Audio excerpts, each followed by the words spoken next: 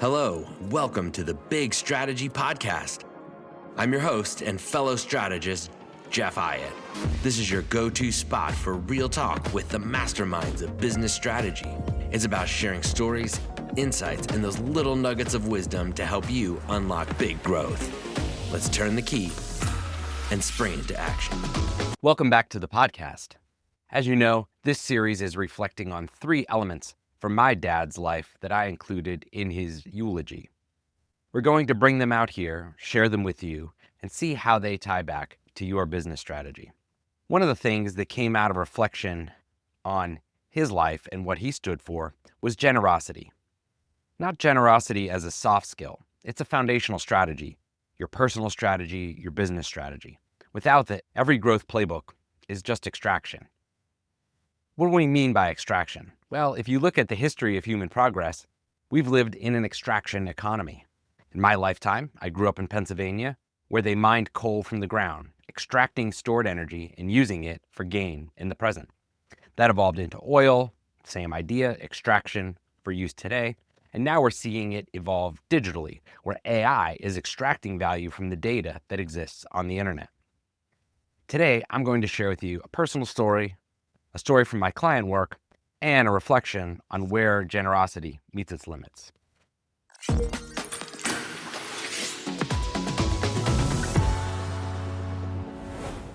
So where did my dad's spirit of generosity come from? He lifted himself out of every difficult circumstance that he encountered as a child, and he always wanted others to have a smoother path than he did, not just his family, but everyone that he came in touch with. Now, if you're a CEO, that's hard to scale, right?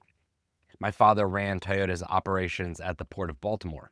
He had 150 people working for him, and he couldn't be totally generous with everyone. But he could give each person something simple, a little recognition, some respect, fair treatment. All of these things, these small doses of generosity, these are the things that began to snowball into a culture. And this is actually what I look for when clients come to me with strategic planning needs. I look at the small doses of generosity that they show their employees. It's a huge differentiator between companies where the culture survives the CEO's departure and companies where it falls apart the moment that charismatic leader leaves. When my dad worked for Toyota and then Lexus, he visited the dealerships and he knew everybody's name. He wasn't too shy to write them down in his daytimer. Who were their kids? What were their activities? He kind of kept a social Rolodex. And in today's world, it's even easier. If you follow people on Instagram, they're sharing their lives. You can know one piece of information that when you tie back to them builds a connection. For example, if you asked me about my daughter's horse riding, we'd have a completely different conversation than if we just leapt into business. So I want to pause for a moment. Think about a direct report, a colleague, someone you're trying to build a better relationship with. What's the one thing you can ask them on a personal level that would build a real connection? The second piece is this. When people helped my dad, it was because they felt genuinely cared for. So think about your organization. Do people do things for you out of fear, out of respect, or because they feel it's a genuine give and take? Not transactional, but foundational to their relationship. I'm pretty sure my dad would walk into a dealership, talk to someone in the service department, and that person might think of him as the most generous person that they knew. And he wasn't even a relative. Imagine creating that culture at your work. The way I visualized his work was like a boomerang, giving without the guarantee of receiving, but knowing, and more than knowing, like trusting, really believing that many of those boomerangs you throw will come back. With that, I inherited these traits, but not all inheritances are positive. I inherited my dad's spirit of generosity, but I also inherited some of the downsides. During COVID, he was sick, so he never experienced the full weight of that unmooring caused by the uncertainty. His every hour was a new normal. But I could talk to him and pull from him that spirit of generosity. And when I was unmoored, giving became my default. So I took every extra Zoom call, showed up for everyone that I knew, and the result was 12 or more hours a day on Zoom calls and teaching online classes, many of them for free, just to help others through a difficult time. And while that was generous, it resulted in burnout. I wasn't able to reflect on this until we came out of COVID and life settled down. And I realized my dad had always helped others over asking for anything for himself. And I was doing the same thing. And honestly, I believe it may have impacted his career trajectory. If you're always the nice guy or gal, some leaders may wonder, does that person have the courage to make the difficult decision? I mean, just pull yourself out for a moment and think about when you've had to make a difficult decision. It was really hard to feel generosity in that moment, right? And sometimes the people who were able to make those difficult decisions seemingly the easiest may have felt like the least generous of people. And my dad was in even more of a unique position because he spent his entire career with Toyota. And that company has a culture that values tough decisions, and you're seen as the generous one. That could actually be viewed as a weakness. So I'd ask you to take a moment. When have you been generous? And when is it returned? Did you double down when it wasn't reciprocated? And have you experienced burnout from being generous, throwing those boomerangs? Or were you viewed as something other than a leader that you wanted to be because of that spirit of generosity? What I took away from this experience is that focus leads to success. Generosity without boundaries isn't generosity, it's actually depletion. I was drawing from my internal reserves. I'll admit it, as much as I like to think that humans know themselves best, my Oura Ring knows me pretty well. It keeps track of my sleep score, and I actually use that as a quantitative measure of how much I'm giving. How could I do this? Well, if I'm writing that extra letter of recommendation, I might not go to bed at 9. I go to bed at 10. And the next morning, my sleep score reflects it. And the Oura Ring tracks sleep debt. You want to see a scary number? Take a look at your sleep debt. How much am I incurring from lost sleep in service to others? This is where I had to learn to say no. And that was difficult because my dad modeled generosity as the only way. Maybe he was a little bit stubborn, but I've learned that yes, I can give, but I also need to ask in return. And here's the principle I want you to take away. And that is that generosity is empathy in action. Helping others requires sitting in their shoes, feeling their emotions to create deep, meaningful human connections. That's the true reward of generosity.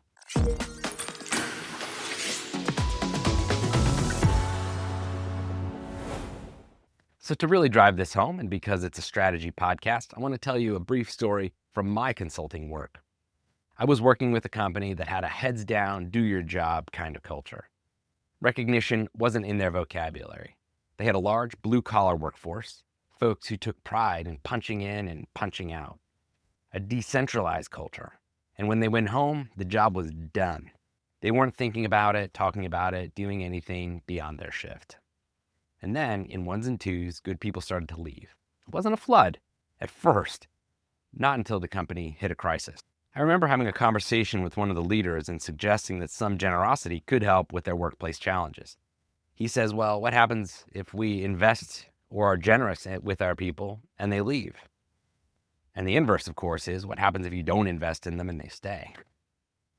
That question wasn't answered at the time. In fact, initially, he was right. Doubling down on the old way of doing business was profitable. But this crisis, and when the ensuing questioning of its own identity, from people inside the company looking to leadership for directions and those on the outside, the new leadership began to make different decisions. The company made a bet on training, leadership development, frontline skills building, and most importantly, visibly recognizing people, not just with pizza and donuts, but a real investment, a culture shift, not just a policy change. This was a fundamental shift, moving recognition from the corporate center out to the frontline employees who are actually making the real impact with the customer. And that's an ego shift for the company. I'm not talking about the ego of a single leader. I'm talking about the ego of an organization, decentralizing credit and recognition to where the work actually happens. We talked about the leadership of this company, and one of the holdovers from the previous regime was a leader in their operations department, and he was old school. He'd come up through the ranks, and this idea of recognizing individuals, he was resistant. So instead of trying to change the whole culture overnight, we got his permission to trial this in just one small operation within the company. And over the course of the next few weeks, the change could no longer be denied. More people punching in on time, punching out on time, breaks were the appropriate length, the work output was consistent throughout the day instead of tapering off or spiking. That's the data side of it. But the real shift was human. You couldn't see it, but the energy was different. And that's what convinced this skeptic. What happened? Retention improved, and the company's internal standing elevated. Employees were now proud to say that they worked for this company that only recently had been in crisis. And the customers who interacted with the company realized that this new kind of employee represented a change, a way to create distance from a difficult period, and more importantly, showing the path forward. Now, my dad always knew that investing in people was the strategy, not separate from it. And he did it by instinct, at the dealership level, knowing names, knowing families, making people feel seen. And that's the same approach I recommend to my consulting clients. But here's the part that matters.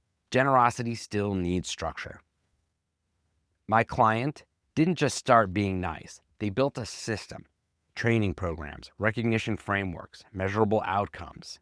Because generosity without structure is just exposure. Let me repeat that. Generosity without structure is just exposure. And from my experience, it leaves you vulnerable. What happens when a frontline person has a vested interest in the status quo? Well, when clocking in on time and taking the appropriate breaks feels like a loss. Because the old way let them stop work whenever they wanted or whenever their buddies stopped so they could talk about the game, right? You have to be generous, but still have boundaries. You can invest in people and still hold them to standards. That's how the best companies do this at scale. And that's how people show up differently for someone who genuinely cares, but who also cares enough to create structure around that generosity.